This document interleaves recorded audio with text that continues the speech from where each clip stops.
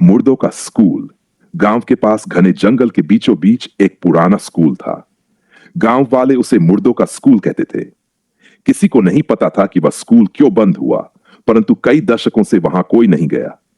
कहानी शुरू होती है अजय, नीरज और सीमा के साथ, जो शहरी बच्चों की तरह रोमांच के शौकीन थे। गांव में छुट्टियां बिताने आए थे और मुर्दों के स्कूल की कहानी सुनते ही वहां जाने का प्लान बना लिया। रात के समय तीनों टॉर्च लेकर जंगल में स्कूल की ओर बढ़े। स्कूल के पास पहुंचते ही उन्हें ठंड लगने लगी, जैसे किसी ने उनका स्वागत किया हो। लोहे का गेट जंग खाकर टूट चुका था और भीतर घास फूस उग आई थी। जैसे ही वे क्लासरूम में घुसे, अचानक दरवाजा जोर से बंद हो गया। उन्होंने चारों ओर देखा तो दीवारों पर बच्चों के चेहरे बने हुए थे। ऐसा लग रहा था जैसे वे कुछ कहना चाहते हों। सीमा ने डरते डरते कहा, हमें यहां से वापस चलना चाहिए। लेकिन अजय और नीरज उसकी बात पर हंसे और स्कूल की गहराई में जाने लगे। वे प्रिंसिपल के ऑफिस में पहुंचे। वहां एक पुरानी अलमारी थी जिसके दरवाजे आधे खुले थे। नीरज ने उसे खोलने की कोशिश की तो अचानक एक जोरदार चीख सुनाई दी।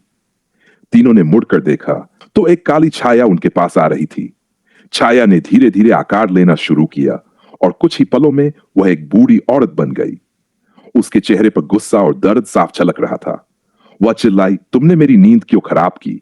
सीमा ने कांपते हुए पूछा, आप कौन हैं? औरत ने जवाब दिया, मैं इस स्कूल की प्रिंसिपल थी, लेकिन लालच और गुस्से ने मुझे और मेरे स्कूल को बर्बाद कर दिया। मैंने अपने ही बच्चों को सजा दी और उनकी आत्माएं अब तक इस स्कूल में भटक रही हैं। अचानक क्लासरूम से बच्चों की हंसी और चीखों की आवाजें आने लगीं। तीनों ने भागने की कोशिश की, लेकिन दरवाजे खुद ब खुद बंद हो गए। नीरज ने हिम्मत करके प्रिंसिपल से पूछा, हमें यहां से जाने दो, हम तुम्हें और परेशान नहीं करेंगे। प्रिंसिपल ने कहा, अगर तुम्हें जाना है तो इस स्कूल के रहस्य को सबके सामने लाना होगा, तभी मेरी आत्मा और बच्चों की आत्माओं को मुक्ति मिलेगी।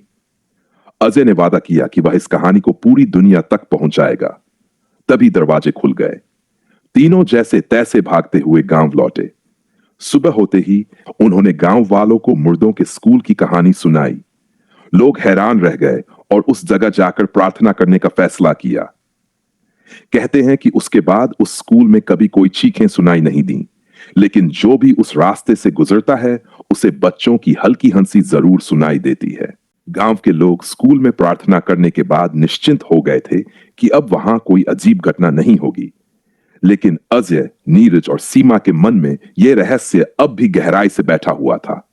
वे समझ नहीं पा रहे थे कि आखिर उस स्कूल में बच्चों के साथ क्या हुआ होगा। कुछ दिनों बाद अजय को अपने सपने में वही प्रिंसिपल और बच्चों के धुंधले चेहरे दिखाई देने लगे। हर रात सपना आता और एक आवाज गूंजती, तुमने वादा किया था, अब पूरा सच सामने लाओ। अजय ने यह सपना नीरज और सीमा को बताया। उन्होंने फैसला किया कि एक बार फिर उस स्कूल में जाकर पूरी कहानी जानने की कोशिश करेंगे। रात की वापसी। अगली रात तीनों एक बार फिर स्कूल पहुंचे। इस बार उन्होंने अपने साथ कैमरा और एक पुरानी डायरी लेकर जाने का सोचा, ताकि वे सब कुछ रिकॉर्ड कर सकें। जैसे ही वे स्कूल पहुंचे, गेट अपने आप खुल गया। अंदर घुसते ही हल्की हल्की फुसफुसाहटें सुनाई देने लगीं। उन्हें प्रिंसिपल के ऑफिस की ओर जाने का रास्ता खुद ब खुद दिखने लगा।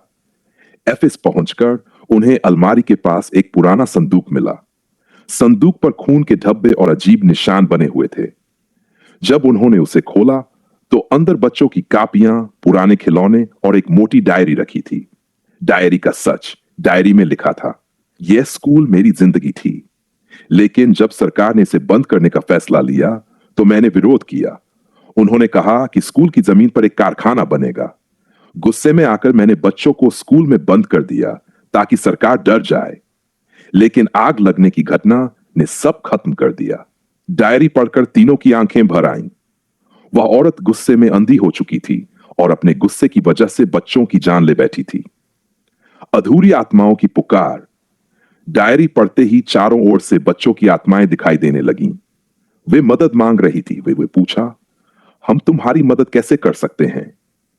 बच्चों ने कहा, हमारी आत्माओं को स्कूल की इस जमीन से मुक्ति चाहिए। यहां जो भी राख और खिलौने दबे हैं उन्हें नदी में प्रवाहित कर दो। मुक्ति का प्रयास। तीनों ने हिम्मत जुटाई और स्कूल के मैदान की खुदाई शुरू की। वहां से बच्चों की राख और खिलौने निकले। उन्होंने अगले दिन गांव वालों के साथ नदी के पास जाकर उनकी आत्मा की शांति के लिए प्रार्थना की और सब कुछ पानी में प्रवाहित कर दिया। जैसे ही यह प्रक्रिया पूरी हुई, आसमान में हल्की रोशनी फैली और बच्चों की हंसी की आवाज सुनाई दी। वह आवाज खुशी भरी थी। अंतिम संदेश। अजय के सपने में आखिरी बार प्रिंसिपल की आत्मा आई। उसने कहा, तुमने मेरा और बच्चों का वादा निभाया। अब मैं और ये बच्चे शांति से जा सकते हैं।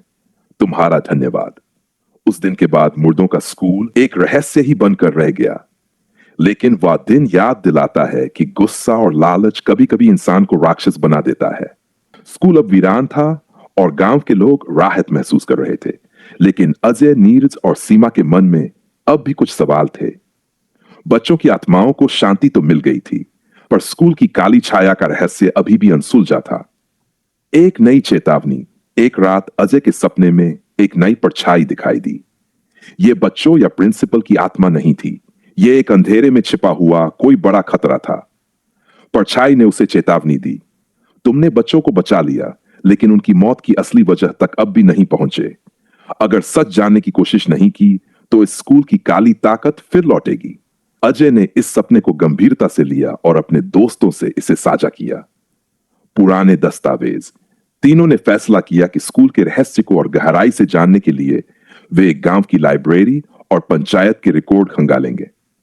कई घंटों की तलाश के बाद उन्हें एक सरकारी दस्तावेज मिला। इसमें लिखा था कि स्कूल की जमीन पर पहले एक शमशान था।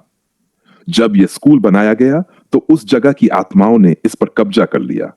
इसके अलावा एक और चौंकाने वाली जानकारी मिली। जिस अधिकारी ने स्कूल की जमीन का सौदा किया था, वह लालच में आकर तांत्रिक क्रियाएं करवाता था। उसने शमशान की आत्माओं को अपने फायदे के लिए बुलाया, लेकिन वे आत्माएं उस पर हावी हो गई और पूरे स्कूल को अपने शिकंजे में ले लिया। तांत्रिक का बुरे साय से सामना। अजय और उसके दोस्तों को पता चला कि वह तांत्रिक अभी भी उसी जंगल में कहीं छिपा हुआ है। उन्होंने उस तांत्रिक को ढूंढने का निश्चय किया। जंगल में कई घंटे भटकने के बाद उन्हें एक गुफा मिली। गुफा के अंदर लाल और काले धागों से बंधी आकृतियां और तांत्रिक का पुराना सामान रखा हुआ था। वहां का माहौल ठंडा और भयावह था। अचानक गुफा के अंदर से एक गहरी आवाज, तुम यहां क्यों आए हो?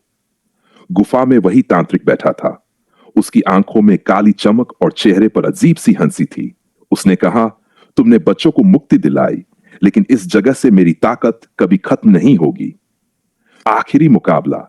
तांत्रिक ने अपनी गुफा के अंदर अजीब मंत्र पढ़ने शुरू कर दिए। चारों ओर हवा तेज हो गई और गुफा हिलने लगी। तीनों दोस्तों ने समझ लिया कि अगर वे अभी कुछ नहीं करेंगे तो तांत्रिक की काली ताकत दोबारा जाग जाएगी। अजय ने तांत्रिक के सामान को आग लगाने का विचार किया। जैसे ही नीरज और सीमा ने ध्यान भटकाया, अजय ने वह सामान जला दिया। जलते ही गुफा के अंदर से भयानक चीखें सुनाई दी और तांत्रिक की काली ताकत खत्म हो गई। अंतिम शांति। तांत्रिक के अंत के साथ ही स्कूल और उस जगह की सभी बुरी ताकतें खत्म हो गई। गांव के लोगों ने जंगल और स्कूल को हमेशा के लिए बंद करने का फैसला किया। अजय, नीरज और सीमा ने यह तय किया कि वे ये कहानी दूसरों तक पहुंचाएंगे, ताकि लोग जान सकें कि लालच और बुरी ताकतों का अंजाम क्या हो सकता है। उस दिन के बाद स्कूल के पास से गुजरने पर सिर्फ सन्नाटा सुनाई देता है। लेकिन गांव वालों का मानना है कि अजय और उसके दोस्तों की वजह से उस जगह को हमेशा के लिए शांति मिल गई। अगर आपको हमारी डरावनी कहानियां पसंद आई तो सब्सक्राइब करें, लाइक करें और इस वीडियो को अपने दोस्तों के साथ शेयर करें।